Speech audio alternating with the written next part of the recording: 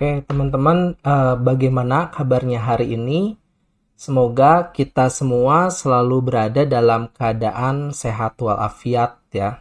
Semangat dan juga tetap siap untuk belajar. Jadi hari ini kita akan diskusi satu topik yang sangat penting di dalam dunia penelitian, yaitu bagaimana cara membuat rangkuman bacaan referensi. Oke. Nah, jadi kenapa sih topik ini penting ya teman-teman? Karena pada dasarnya tidak ada penelitian yang berdiri sendiri ya. Jadi teman-teman kan sekarang sedang membuat penelitian ya, karya ilmiah ya, karil. Jadi setiap penelitian yang kita buat itu, baik itu proposal, skripsi, tesis maupun disertasi, selalu berangkat dari penelitian-penelitian sebelumnya ya. Nah, untuk bisa menulis proposal yang kuat dan meyakinkan, kita harus bisa menunjukkan bahwa kita memahami literatur yang relevan ya. Tahu apa yang sudah diteliti dan tahu di mana posisi penelitian kita berada. Dan itu semua berawal dari kemampuan kita dalam merangkum bacaan referensi dan mengutip sumber dengan benar. Oke. Nah, di sini untuk rangkuman bacaan referensi ada 6 tahapan ya yang harus teman-teman bisa kuasai. Teman-teman bisa baca di sini ya. Yang pertama ada pilih referensi yang relevan, kemudian juga membaca dengan tujuan yang jelas, catat informasi pokok setiap bacaan. Selanjutnya kita menulis rangkuman dalam bentuk narasi. Kita juga harus bisa menggunakan bahasa akademik dan parafrase ya, karena di sini kita penelitian ilmiah, karya ilmiah, pastinya kita harus menggunakan bahasanya bahasa yang formal, bahasa akademik ya. Dan yang terakhir adalah bagaimana cara kita menyimpulkan hasil bacaan kita. Next, selanjutnya di sini kita masuk yang pertama ya, adalah referensi yang relevan. Nah, jadi referensi yang relevan ini sangat penting dalam menyusun tinjauan pustaka ya. Jadi artinya kita harus benar-benar memilih referensi yang sesuai dengan topik penelitian kita. Jadi relevansi ini menentukan kualitas dasar dari kerangka teori dan arah penelitian yang akan kita bangun. Nah, jadi yang disebut relevan di sini itu yang bagaimana gitu ya. Nah, jadi yang pertama itu relevansi dengan topik penelitian. Artinya apa? Pastikan setiap sumber yang kita gunakan itu membahas tema atau isu yang sejalan dengan topik penelitian kita ya. Jangan hanya karena sumbernya populer atau baru terbit lalu kita masukkan misalnya, padahal isinya tidak mendukung permasalahan yang sedang kita teliti misalnya. Misalnya contohnya gini, jika topik teman-teman ini tentang motivasi belajar mahasiswa ya, misalnya tentang motivasi belajar mahasiswa. Nah, berarti maka referensinya itu harus membahas motivasi belajar atau faktor-faktor psikologis lain yang mempengaruhinya ya. Gitu teman-teman ya. Kemudian yang kedua di sini relevansi dengan variabel atau konsep yang digunakan ya. Jadi kalau kita penelitiannya menggunakan variabel tertentu, misalnya kita pakainya kepuasan pelanggan misalnya ya, atau kinerja karyawan atau literasi digital, maka bacaan yang kita pilih harus menguraikan definisi, teori, dan hasil penelitian terdahulu tentang variabel tersebut ya. Nah, jadi nanti pada bagian bab yang tinjauan pustaka ya, tinjauan pustaka itu teman-teman harus ada tuh ya definisinya, teori, dan juga hasil penelitian terdahulu yang terkait dengan variabel yang teman-teman akan teliti. Misalnya teman-teman ada yang menelitinya tentang kinerja karyawan. Artinya kan berarti teman-teman harus baca dulu ya buku atau sumber referensi ya berkaitan dengan kinerja karyawan gitu kan. Nah, jadi teman-teman ini nanti di bagian tinjauan pustakanya juga harus disebutkan menurut si A ya definisi dari kinerja karyawan adalah apa misalnya gitu ya. Jadi harus disebutkan juga nanti pada bagian tinjauan pustakanya gitu ya. Nah, jadi dengan begitu kita juga punya dasar teori yang kuat dan bisa menyusun kerangka berpikir secara logis ya. Nah, kemudian selanjutnya kita di sini ada yang namanya metode penelitian yang serupa ya. Jadi selain isi dan konsep, kita juga perlu mempertimbangkan kesamaan metode penelitian. Kalau penelitian kita sifatnya kualitatif, misalnya gitu ya, dengan wawancara yang mendalam, maka sebaiknya kita membaca penelitian juga yang menggunakan pendekatan serupa ya. Jadi teman-teman harus berpikir nanti penelitian saya pakainya apa ya? Apakah penelitian saya ini kualitatif ya? Kalau kualitatif berarti harus dengan wawancara yang mendalam ya. Nah, tapi kalau kuantitatif bagaimana? Oh, kalau kuantitatif mungkin saya harus menggunakan kuesioner misalnya seperti itu ya. Kita misalnya menyebarkan kuesioner, nanti kuesionernya dijawab misalnya ya dengan pertanyaan yang tertutup gitu kan. Ya, pertanyaan tertutup itu misalnya apakah Anda setuju misalnya dengan pernyataan bahwa pimpinan kita telah memberikan kompensasi yang baik misalnya. Misalnya ada pertanyaan seperti itu gitu ya. Nanti kan jawabannya itu bisa sangat 5 sangat setuju, 4 setuju, 3 cukup setuju, 2 kurang, 1 tidak setuju. Nah, misalnya kayak gitu ya. Nanti kan pasti bakal diolah lagi kalau yang seperti itu ya. Kalau yang kuantitatif. Nah, pakai statistik biasanya ya. Nah, jadi di sini kita juga dalam memilih referensi itu kita harus menggunakan sumber-sumber ya. Misalnya apakah sumbernya itu primer ataupun sekunder gitu ya. Nah, untuk sumbernya itu apakah sumbernya itu di sini adalah primer ya ataupun sumber sekunder. Kalau sumber primer itu biasanya contohnya itu misalnya contohnya itu misalnya dari artikel jurnal ilmiah ya. Makanya kan di tugas yang kemarin itu harus membaca berapa minimal 5 artikel jurnal ilmiah dan 5 buku gitu ya. Nah, kemudian atau bisa juga sumber primer lainnya itu misalnya dari hasil skripsi misalnya gitu ya. Atau bisa juga dari laporan penelitian. Nah, jadi sumber-sumber primer ini biasanya dia lebih aktual, lebih teruji, dan juga lebih bersifat empiris, sehingga sangat kuat untuk dijadikan dasar argumen ilmiah. Kemudian kita juga punya sumber lain, yaitu tadi yang disebutkan sebelumnya sumber sekunder ya. Nah, sumber sekunder ini contohnya itu misalnya seperti buku ya atau blog gitu ya. Nah, jadi ini sebagai pelengkap atau penguat teori ya. Kenapa sih Pak kok kita pakai lebih utamanya sumber primer gitu ya? Karena biasanya kalau artikel jurnal ilmiah itu kan kita bisa melihat ya sekarang tahun berapa? Tahun 2025 ya katakanlah ini saat video ini dibuat ini kan tahun kita itu hidup di tahun 2025 sekarang. Jadi kita kan nanti bisa memilih penelitian sebelumnya yang tahunnya juga tahun 2025 misalnya. Sehingga apa? Sehingga lebih up to date isinya itu, hasilnya itu kan lebih up to date, lebih terpercaya, lebih terkini juga gitu ya. Nah, seperti itu teman-teman ya. Heeh. Ya ini juga ya kalau sumber sekunder itu misalnya buku-buku yang berkaitan dengan buku referensi misalnya ya blog atau misalnya artikel di internet juga gitu ya. Nah ini satu sama lain mereka saling melengkapi.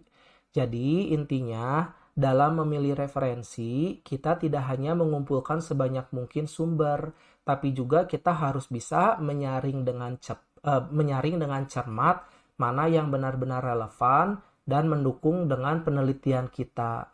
Dengan begitu, proposal yang kita susun akan berdiri di atas landasan teori yang kuat, fokus, dan juga terpercaya. Nah, seperti itu, teman-teman, ya. Kemudian selanjutnya ini adalah membaca dengan tujuan yang jelas, ya.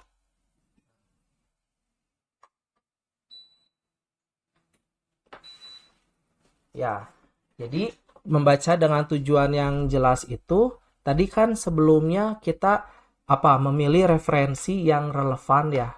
Ya, tadi sudah kita referensi yang relevan dengan topik kita. Tadi misalnya topik kita tentang kinerja, ya carilah kita tentang kinerja.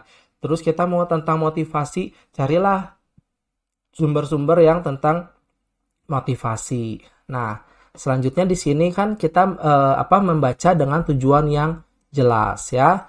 Nah, saat membaca arahkan fokus pada apa yang ingin diketahui dari referensi itu ya. Jadi teman-teman harus ingat bahwa membaca literatur penelitian bukan seperti membaca novel ataupun berita ya. Karena tujuan kita bukan sekedar tahu isi bacaan, tapi kita juga harus bisa memahami, membandingkan, dan menemukan arah penelitian kita sendiri gitu ya. Nah, kenapa tujuan membaca harus jelas ya? Karena dalam penelitian kan tadi disebutkan kita bukan untuk menghafal, tapi untuk mengambil makna dalam informasi penting yang ada di dalamnya gitu ya, yang bisa mendukung proposal penelitian teman-teman gitu ya, atau karya ilmiah ya. Nah, dengan tujuan yang jelas, proses membaca kan akan lebih terarah dan efisien ya. Teman-teman juga tahu bagian mana yang perlu dicatat dan mana yang bisa dilewati gitu ya. Nah, jadi di sini apa saja sih tujuan yang jelas itu ya dalam konteks penelitian. Jadi di sini itu memang ada 5 fokus utama yang perlu diperhatikan saat membaca suatu referensi. Yang pertama itu adalah apa tujuan penelitian penulis ya. Jadi artinya di sini gini, teman-teman harus mencari tahu ya apa tujuan penelitian penulis lain itu apa. Misalnya tujuan penelitian tujuan dalam penelitian ini adalah untuk mengetahui hubungan antara motivasi karyawan terhadap kinerja karyawan di PT ABC. Nah, kan jadi harus tahu dulu ya teman-teman membaca gitu kan tujuan penelitian dari penulis yang lain, sehingga hal ini bisa membantu teman-teman untuk memahami arah dan ruang lingkup penelitian terdahulu yang relevan ya. Kemudian yang kedua itu konsep atau teori yang digunakan itu teman-teman juga harus tahu ya. Tadi misalnya teori utama yang menjadi landasan penelitian tersebut apa misalnya. Kita menggunakan kalau di dalam penelitian sebelumnya ini menggunakan teori motivasi Maslow, atau menggunakan teori perilaku konsumen, atau menggunakan teori pembelajaran. Nah, kan teori-teori itu tuh banyak banget gitu ya. Teori motivasi aja kan pasti ada banyak ya, tidak hanya satu gitu ya. Oh, ternyata ada ya teori motivasi Maslow. Oh, ternyata ada ya teori motivasi Herzberg gitu ya. Oh, ada ya teori motivasi existence, relatedness, and growth misalnya. Nah, nanti apakah teori tersebut cocok gitu ya digunakan di dalam penelitian teman-teman gitu kan. Ya, seperti itu ya teman-teman ya. Karena bisa aja ya misalnya kita menggunakan suatu teori gitu ya. Teori Maslow misalnya. Tapi kita melakukan penelitiannya di kementerian misalnya gitu ya. Nah, kalau di kementerian kan kayaknya nggak mungkin teori Maslow, karena di teori Maslow itu juga cocoknya itu untuk mereka yang misalnya dapat gaji UMR gitu ya. Nah, sementara kan kalau kita yang kerja di kementerian kayaknya nggak mungkin gitu ya gaji UMR, meskipun katanya kosan sehari 3 juta juga kurang cukup buat mereka. Nah, itu udah di luar konteks gitu kan ya teman-teman kayak gitu ya. Nah, kemudian selanjutnya juga apa metode dan pendekatan yang dipakai ya. Jadi apakah penelitian ini menggunakan pendekatan yang kualitatif, pendekatan kuantitatif ataupun mungkin juga campuran ya. Nah, bagaimana peneliti lain mengumpulkan datanya? Jadi teman-teman harus perhatikan gitu ya. Nah, ini penting ya sebagai pembanding dengan metode yang akan kita gunakan. Jadi kalau teman-teman misalnya menggunakan apa misalnya penelitian teman-teman itu pendekatannya kuantitatif misalnya gitu ya. Nah, berarti kan oh saya mau bikinnya penelitiannya kuantitatif misalnya. Misalnya gitu ya. Nah, jadi teman-teman juga kan berarti harus cari juga apa hasil penelitian sebelumnya yang menggunakan pendekatan yang kuantitatif juga gitu ya. Kemudian yang keempat ini apa hasil dan kesimpulannya ya. Jadi apa temuan utamanya? Apakah hasilnya itu bisa mendukung teori sebelumnya atau juga misalnya justru berbeda ya. Jadi informasi ini bisa memperkuat argumentasi dan kerangka berpikir dalam proposal karya ilmiah teman-teman ya. Nah, kemudian teman-teman juga harus tahu apa kelebihan dan kekurangannya gitu ya dari penelitian terdahulu itu. Sepertinya saya juga sudah pernah menyebutkan ya pada pertemuan sebelumnya, namanya penelitian itu kita harus mencari research gap atau apa kelemahan dari penelitian yang ada yang sebelumnya gitu ya. Jadi dari hasil membaca kita bisa menemukan suatu kekosongan atau suatu celah ya, celah penelitian sebelumnya yang belum dikaji atau perlu dikembangkan ya. Nah, inilah yang nantinya menjadi alasan mengapa penelitian teman-teman ini perlu dilakukan. Ya, gitu teman-teman ya. Nah, jadi teman-teman harus menggunakan teknik membaca yang efektif gitu ya. Nah, saya tambahkan di sini ya, kita menggunakan teknik baca yang efektif ya. Nah, teknik baca yang efektif itu ada istilahnya namanya SQ3R gitu ya. SQ3R itu apa? Yang pertama itu adalah survei gitu ya, teman-teman. Survei itu kita maksudnya gini, kita men-skim ya, melihat judul, melihat abstrak dan kesimpulan misalnya. Sepertinya di pertemuan sebelumnya juga sudah saya sebutkan ya, kalau mau lihat penelitian lihat aja judulnya, abstraknya dan juga kesimpulannya gitu ya. Jadi abstrak itu memang adalah suatu rangkuman dari penelitian itu ya. Kalau penelitiannya sudah beres, sudah selesai, barulah dibuat abstraknya, barulah dibuat kesimpulannya. Kalau di awal belum selesai penelitian kita, kita sebetulnya belum bisa membuat abstrak tersebut gitu ya. Nah, jadi kalau kita konteksnya kita mau melihat penelitian terdahulu, ya kita tadi ya survei dulu, yaitu membaca dengan cepat isi bacaannya. Kita lihat judulnya, abstrak, dan juga kesimpulan. Kemudian key adalah question, ya. Selanjutnya question. Ajukan pertanyaan. Apa yang ingin saya cari dari bacaan ini, gitu ya. Saya tadi apakah saya mau mencari metodologi penelitiannya yang dipakai dalam penelitian ini, atau saya ingin melihat apakah ada teori yang sesuai yang bisa saya pakai untuk penelitian saya. Nah, seperti itu ya. Kemudian selanjutnya R, read ya. Baca dengan teliti bagian yang relevan dengan pertanyaan tadi gitu ya. Nah, kemudian recite ya. Tulis kembali dengan kata-kata kalian sendiri. Jadi jangan menyalin ulang ya. Nah, jadi ini nanti kaitannya juga dengan topik ini ya, dengan topik apa namanya yang akan dibahas selanjutnya gitu ya. Mensitasi biasanya kan. Nah, kemudian R yang ketiga itu adalah review ya. Tinjau ulang catatan-catatan kalian apakah sudah sesuai dengan tujuan membaca ya. Jadi dengan metode ini teman-teman tidak akan kehilangan arah saat membaca banyak referensi gitu ya. Nah, selanjutnya di sini adalah mencatat informasi pokok ya. Nah, setelah tadi sebelumnya kita membaca referensi dengan tujuan yang jelas, langkah berikutnya itu kita mencatat informasi pokok dari setiap bacaan. Jadi langkah ini penting karena disinilah kita mulai menyusun struktur pemahaman yang ilmiah. Bukan hanya membaca dan lupa saja, tapi juga kita bisa merekam gagasan penting dari setiap sumber untuk diolah kembali dalam karya ilmiah teman-teman. Nah, kenapa kita harus mencatat? Ya, tentu saja ya, karena kita kan otak kita ini tidak bisa menyimpan semua informasi secara detail ya. Jadi teman-teman ini apalagi kalau referensinya banyak ya, bisa 5 atau puluhan atau bahkan ratusan. Nah, dengan kita mencatat, kita bisa menyaring informasi yang penting, kita bisa menghemat waktu saat menulis, dan juga kita bisa menghindari kesalahan kutipan atau duplikasi.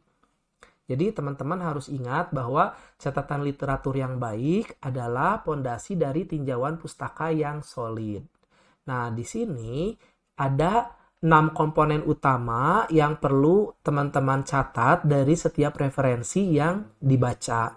Yang pertama adalah identitas dari referensi itu sendiri. Catat lengkap, misalnya nama penulis, tahun, judul, sumber, dan penerbit atau jurnal. Jadi ini penting ya agar nanti mudah teman-teman masukkan ke dalam daftar pustakanya. Tuh ya, mungkin ini juga kaitan dengan tugas yang sebelumnya ya dan juga dengan tugas yang hari ini ya, tugas 2. Nah, misalnya identitas referensi itu misalnya contohnya gini ya, teman-teman ya. Contohnya itu misalnya Sugiono misalnya gitu ya, Sugiono 2019 ya. Terus metode penelitian kuantitatif ya. Kuantitatif, kualitatif, dan research and development ya. Misalnya alpha beta misalnya gitu ya. Alpha beta. Nah, jadi ini contoh dari identitas referensinya gitu ya, teman-teman. Kemudian tujuan penelitian penulis. Apa yang ingin dicapai peneliti dalam studi tersebut? Misalnya, teman-teman itu contohnya itu adalah untuk mengetahui pengaruh motivasi terhadap prestasi belajar mahasiswa, ya. Contoh ya di sini contohnya untuk mengetahui pengaruh motivasi terhadap prestasi belajar mahasiswa gitu. Kemudian teori atau konsep yang digunakannya apa? Misalnya ya, teori apa yang menjadi landasan penelitian teman-teman?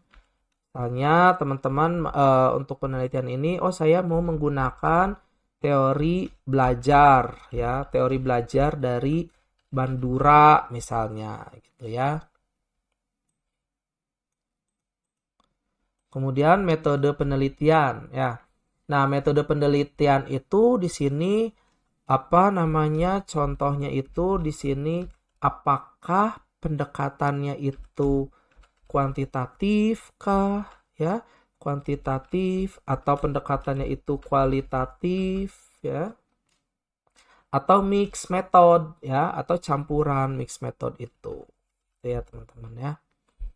Nah, kemudian hasil atau temuan penelitiannya bagaimana gitu ya.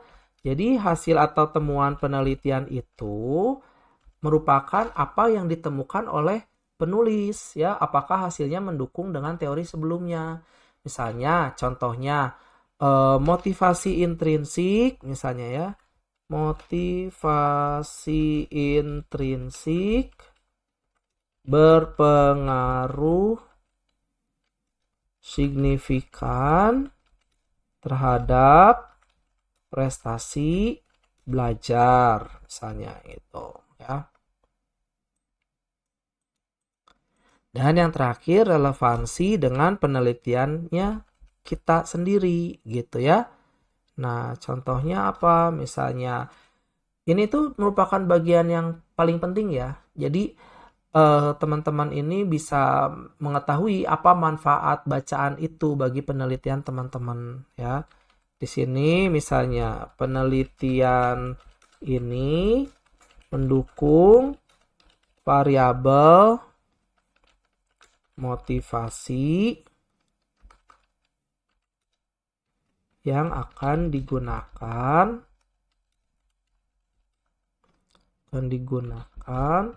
dalam penelitian saya. Nah, seperti itu ya.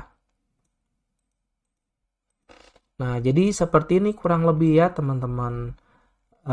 Saya rasa ini bisa membantu teman-teman ya untuk mengetahui isi dari penelitian terdahulu yang relevan itu yang seperti apa gitu ya teman-teman.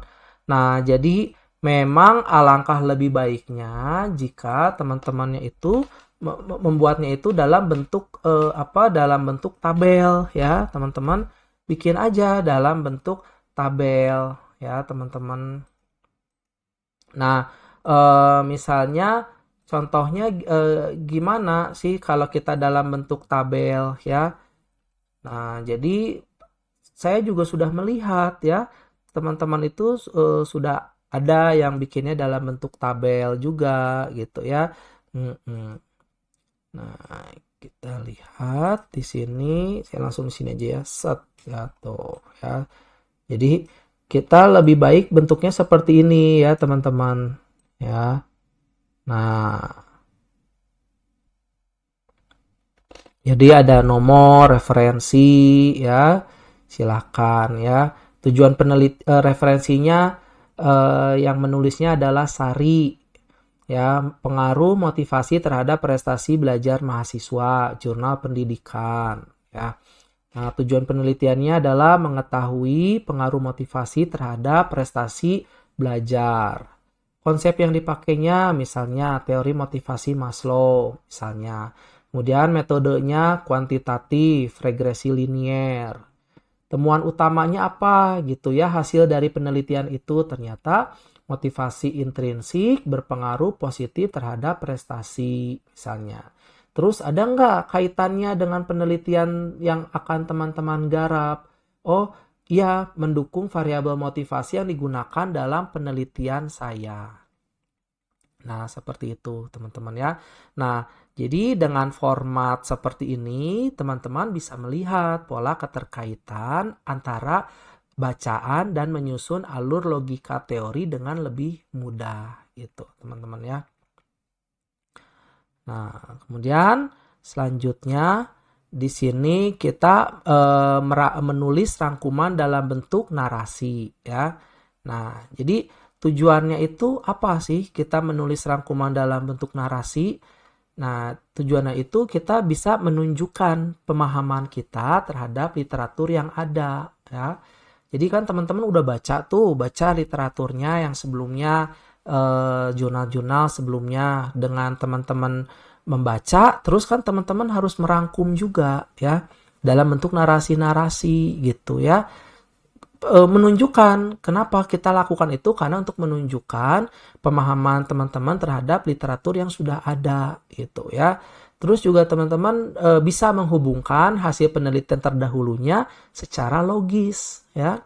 Juga teman-teman juga bisa menemukan celah penelitian atau research gap yang belum dijawab oleh peneliti sebelumnya ya. Dan teman-teman juga bisa menegaskan posisi penelitiannya di antara studi-studi yang sudah ada ya. Nah, jadi ini selanjutnya di sini ada langkah-langkah untuk menulis rangkuman yang sifatnya naratif ya. Yang pertama itu kita mengelompokkan ya, mengelompokkan berdasarkan apa yang sudah diteliti gitu ya oleh orang lain. Nah, apa yang sudah diteliti oleh orang lain itu gitu ya. Ya, teman-teman bisa tahu kan ya, misalnya yang sudah diteliti oleh orang lain ini misalnya tadi tentang motivasi misalnya gitu ya. Terus apa saja misalnya kesenjangan ataupun gap yang belum diteliti.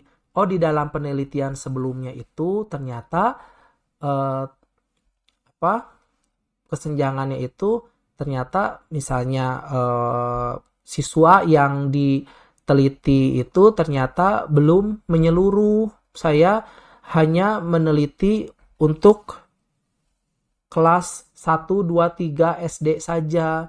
Padahal saya pengennya harusnya semuanya kelas 4, 5, 6.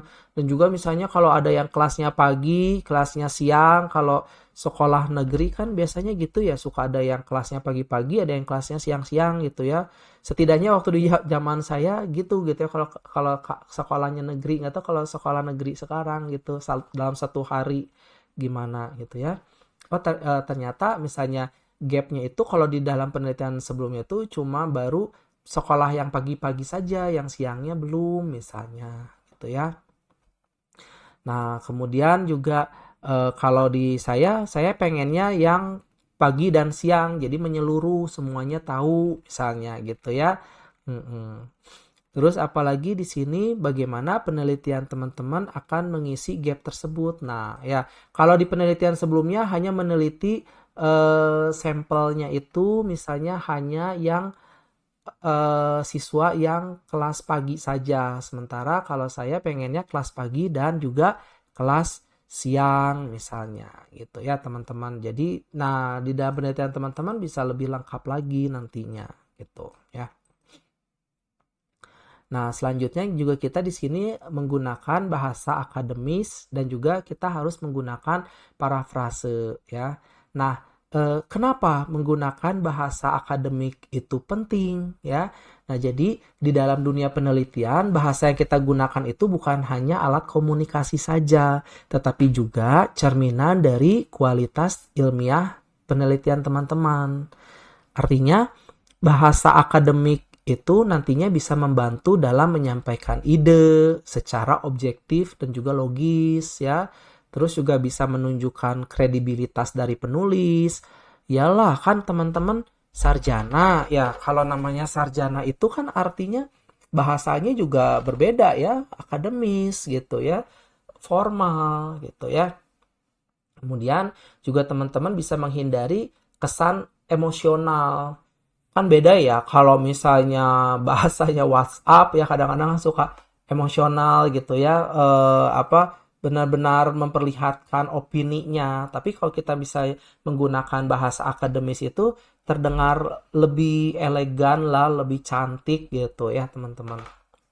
Terus juga kita bisa menjaga kejelasan dan ketepatan maknanya gitu ya.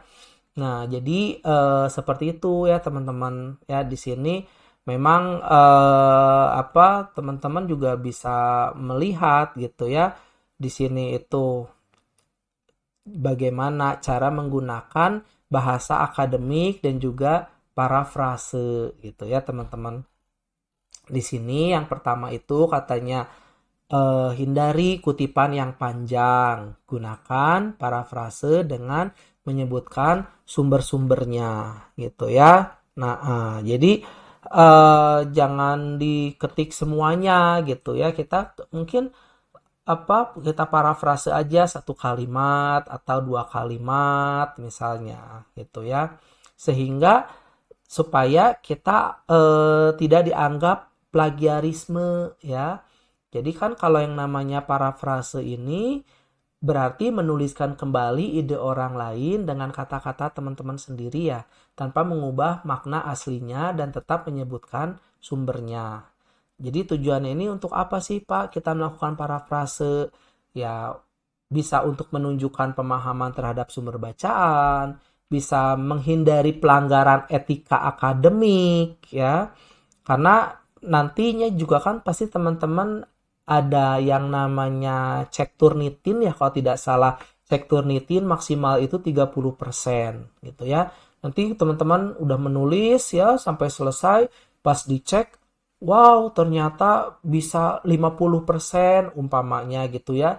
Nanti dikasih tahu tuh kan apa kekurangannya itu ditandai sama si mesin Turnitinnya itu ya.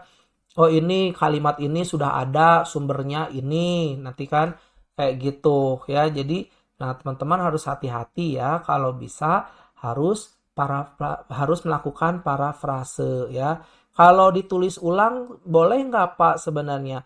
Ya sebetulnya boleh-boleh aja ya kalau kita tulis ulang gitu ya. Di Turnitin juga disebutkan juga sih di sini di situ ya bisa apakah yang ditulis ulang itu dianggap plagiat atau tidak gitu nanti di Turnitinnya kan bisa dicek dan juga di checklist atau tidak gitu ya. Kalau di checklist misalnya ya berarti dianggapnya bebas aja gitu ya, tidak plagiat karena apa namanya sudah disebutkan misalnya menurut si A komunikasi adalah apa misalnya biasanya kan definisi ya. Nah, kayak gitu ya teman-teman ya. Mm-mm. Nah, ya begitu ya. Kemudian juga kita mencantumkan sumber sesuai dengan gaya sitasi yang berlaku ya. Nah, apakah kita menggunakan APA 7 ataukah menggunakan IEEE atau Harvard dan lain-lain ya. Biasanya yang paling sering dipakai itu adalah yang APA 7 gitu, teman-teman ya. Nah, gitu ya teman-teman. Jadinya teman-teman harus cek juga gitu ya untuk parafrase ini. Ya, kemudian kita harus menyimpulkan hasil bacaan ya. Nah, jadi tujuan dari menyimpulkan hasil bacaan ini apa? Kita nantinya bisa menarik benang merah dari berbagai penelitian yang telah dibaca dan juga bisa mengidentifikasi pola-pola umum dan perbedaan-perbedaan temuannya gitu ya. Juga kita juga bisa menunjukkan gap penelitian atau research gap-nya dan juga bisa menegaskan posisi penelitiannya teman-teman ya. Nah, jadi yang seperti itu ya teman-teman dari simpulkan hasil bacaan ini apa yang sudah diketahui dari penelitian sebelumnya misalnya gitu ya. Kemudian juga apa yang masih belum dijawab research gap-nya dan juga bagaimana teori tersebut mendukung kerangka berpikir penelitian teman-teman ya. Nah, seperti itu ya teman-teman. Jadi sedikit banyaknya saya sudah membahas ya sesuatu yang sangat fundamental dalam penulisan ilmiah itu ya. Jadi tadi apa bagaimana cara membuat rangkuman bacaan referensi, menyusun kutipan dan menuliskan sumber referensi dengan benar ya.